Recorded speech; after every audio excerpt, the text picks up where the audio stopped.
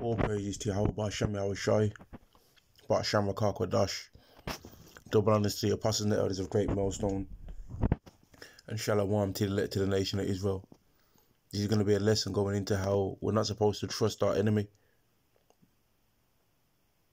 A lot of you Israelites out there, especially you women, man, are so dumb, right? And you don't really understand that Esau is the devil.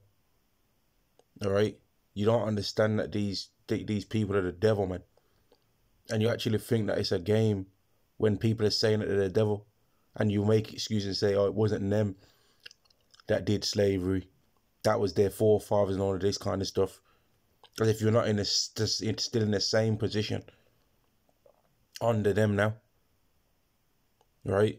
Imagine you found out that your grandfather had falsely imprisoned some people and put them in jail, right? And then you find out that the people was falsely imprisoned, but you still keep them in prison as well. You don't free them from prison, right? That's what these Edomites have did. Their grandparents put us in these positions in slavery, right? And then they try and claim, oh, it wasn't them, but they're still not trying to make us escape from the situation. But these devils will always try and say, oh, if I would have been back there, I wouldn't have did this and I wouldn't have did that. When if you look at the racism that's happening in the world right now, right? Forget back then for a second. If we look at the things that these devils do right now, you don't see these other Edomites standing up in a disgust to that. They're still with it, man. So whenever they're saying these things, they're chatting shit.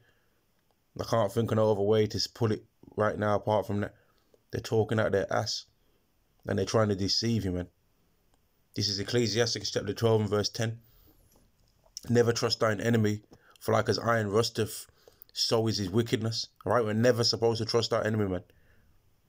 Verse 11, though he humble himself and go crouching, yet take good heed and beware of him, and thou shalt be like unto him, and thou shalt be unto him as if thou hadst wiped a looking glass, and thou shalt know that his rust have not been altogether wiped away. So no matter how much an Edomite's humbling himself and trying to seem as though they're nice, right? They're an Edomite, and they're not your friend, man. They're your enemy. Verse 12, set him not by thee, lest when he have overthrown thee, he stand up in thy place. So some of you Jakes, when it comes to the day of the Lord's wrath, man, you might be in a position of safety, and some Edomites might roll by, and you'll try and come here. There's shelter in here, along with me and my family, and you might get stabbed in your back by that Edomite, man, and kicked out of the place that you was once safe, but you trusted the devil and brought them in there with you, man, and get stabbed up in your back, man, and dashed out on the street. Doesn't it say, set him not by thee? Verse 12, set him not by thee, lest when he have overthrown thee, he stand up in thy place. So he's going to take your position. I don't think you Jakes understand these things, man. Esau, if you might have a studio apartment, man. A little studio where you roll over into bed, and you're in your bed, and then you roll the next way, and you might be like damn near hit your foot off a. You might have one of them small apartments, but it's your apartment, and it allows you to have a roof over your head to cover your shame so that you don't have to be under nobody else's thing. You might have some humble house like that, right? And the Edomite would try and kick you out of your net if he was to set him by you, man. No matter how rich he is, he'd want you not even to have that. Sirach chapter 12 and verse 12 again, set him not by thee, lest when he have overthrown thee, he stand up in thy place, neither let him sit at thy right hand, lest he seek to take thy seat. So don't have these Edomites close by you, man, if you can help it. And thou at the last remember my words and be pricked therewith. And that's what a lot of you Jakes do, man. A lot of you women that have been getting dashed off. A lot of you miss this state and miss that state. You Israelite women have been getting thrown off rooftops, man. Right? A lot of you women have been going missing on yachts because you don't think this. You think, oh, the black man's just a hater. The black man's the worst of the worst and all of this stuff. Mate, Esau is the worst one. Esau is the worst of everything, man. They're the worst. Verse 13, who will pity a charmer that is bitten with a serpent, or such as come nigh wild beasts? So if I find out that someone's trying to go tap dancing class in the jungle right next to some lions, right, I ain't gonna feel sorry for that person when I hear that they get their head chewed off. Or if I hear that somebody's trying to wear snakes as a necklace, I'm not gonna feel sorry for that person. Verse 14, so one that goeth to a sinner and is defiled with him in his sins, who will pity? So if you're going around a dirty Edomite sinner, right, and then you end up getting the same punishment as him, no one ain't going to feel sorry for you, man. No one that's of the righteous mindset is going to feel sorry for you. And really, ultimately, Yahweh is not going to be feeling sorry for when he decides to bring something on you because you've been consumed by the sins of him. So he's going to have to punish you for doing that stuff, because you're an Israelite and have no business doing the things that an Edomite does. Verse 15, for a while he will abide with thee, but if thou begin to fall, he will not tarry. So an Edomite's going to be around you chilling when things are all right, when the nice times are here, right? When you can go to the shop and buy certain things and there's equal amounts for everyone to buy and they've got more abundance of wealth. They're going to be real nice then, right? But make there start to be a few food shortages, man, and see how things change.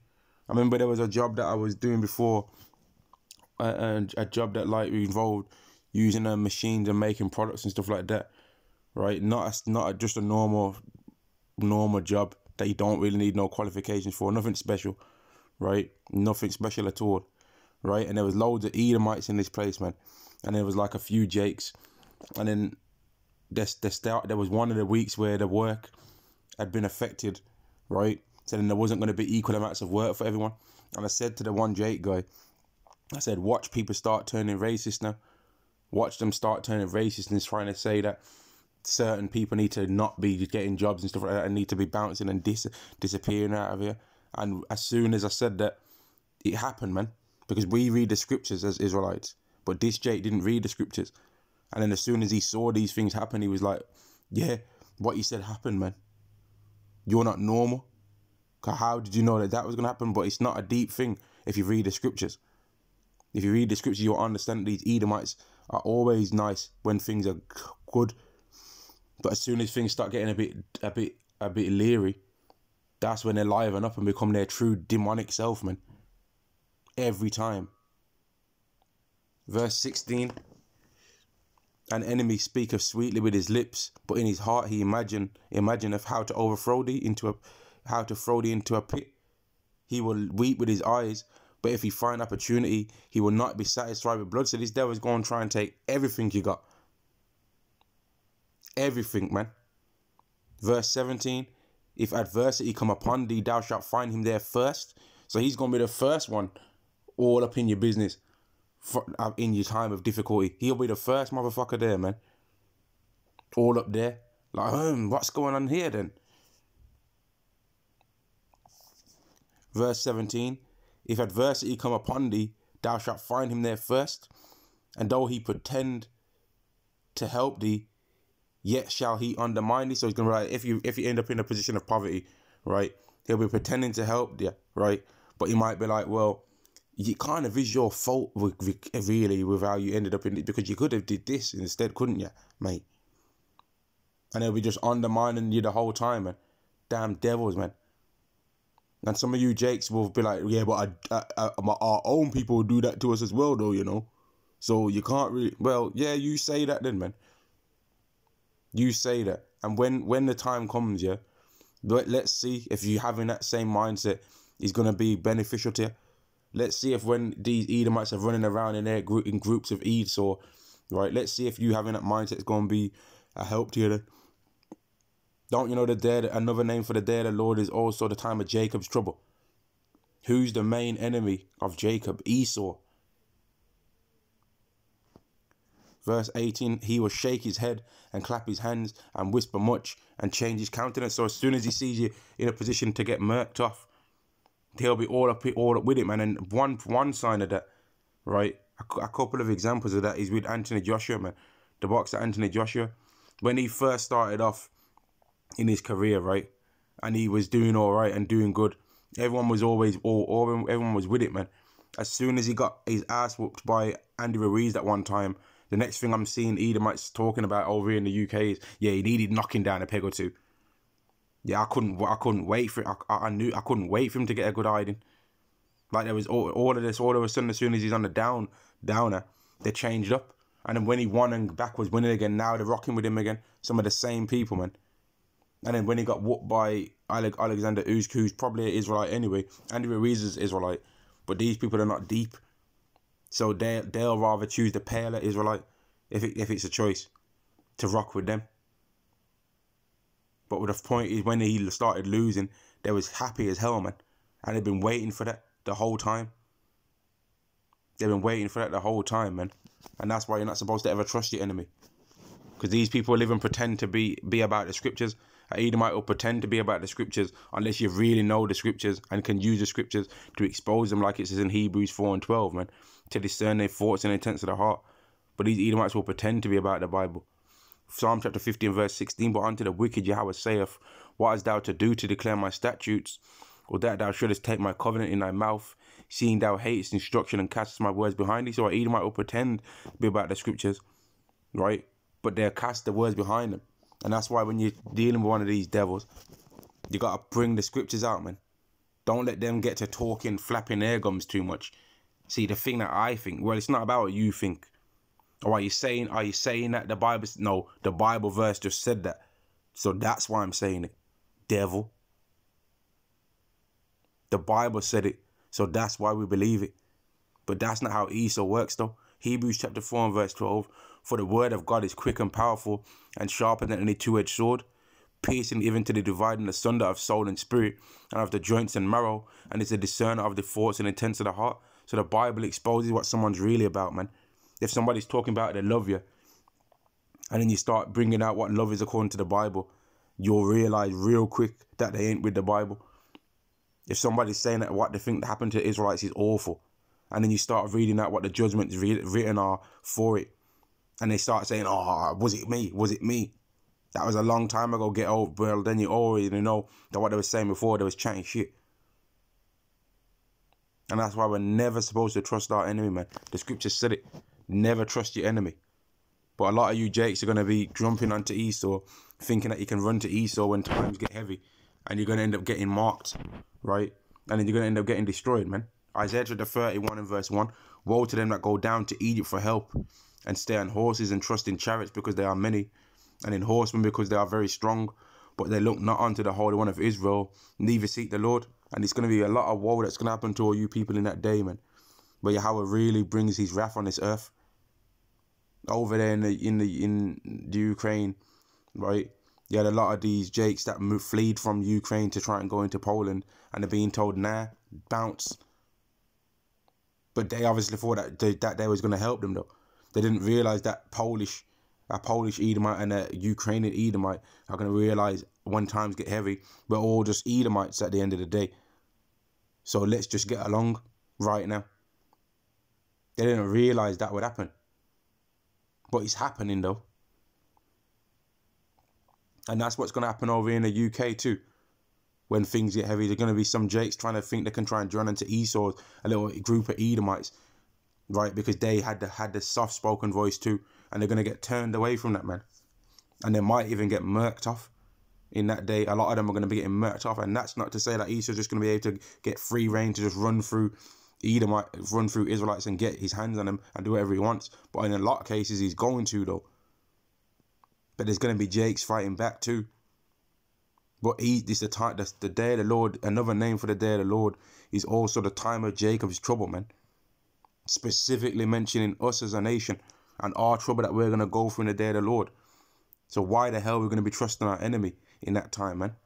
And that's going to be the true time when Esau's going to really show what he's about regarding you lot, us lot. He's going to really show that he can't stand us, man. Isaiah 31 and verse 1. Woe to them that go down to Egypt for help, and stay on chariots and stay on horses and trust in chariots because they are many, and in horsemen because they are very strong, but they look not unto the Holy One of Israel, neither seek Yahweh. Yet he is also wise, and will bring evil, and will not call back his words, but will arise against the house of the evildoers, and against the help of them that work iniquity. So there ain't no point joining on to Esau, because Esau is done. All this stuff happening in Ukraine, right? That's the beginning of Esau getting ready to destroy himself, man. That's the beginning of Satan casting out Satan. That's the beginning of their Edomite quarrel between each other and World War III, and them just destroying each other, man. Whereas they really thought they was trying to set themselves up a better position in the rulership hierarchy. But really, that's just them sealing themselves, being number 18 out of all the 18 nations, being the bottom, until they finally get destroyed by the Israelites, man. When they get put in slavery. Verse 3.